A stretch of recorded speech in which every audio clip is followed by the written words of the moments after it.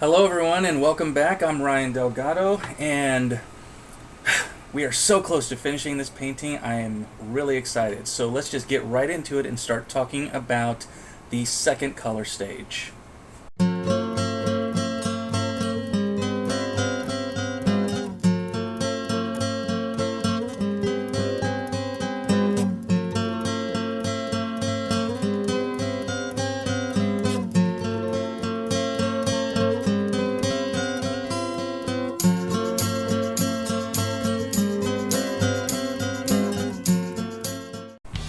So now I have finished the second painting, or the second color stage of this figure painting, and for the most part the figure itself is pretty much done.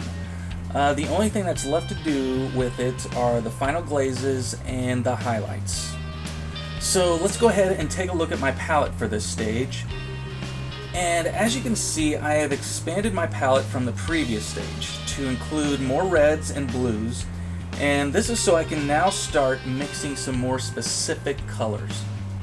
And the biggest thing to understand about this whole process from start to finish, from the underpainting all the way to the final stage, is that we are moving along in a progression from primitive to sophisticated, from the general to specific.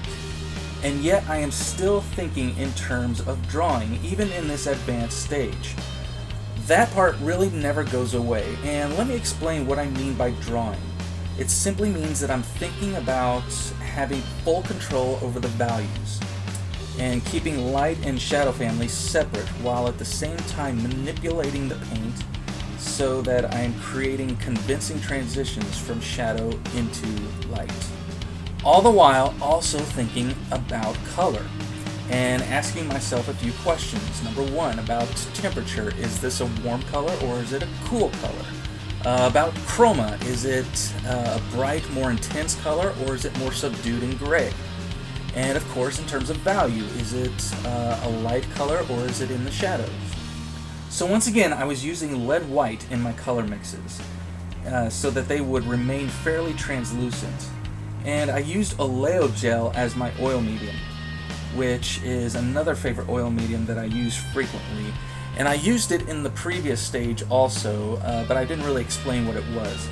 It's basically just an oil-based medium with a thixotropic gel consistency. And thixotropic is one of those fun scientific words that just basically means that when the medium is sitting still on my palette, it retains its solid gel consistency. But when you agitate it with your palette knife or with your brush, it starts to liquefy.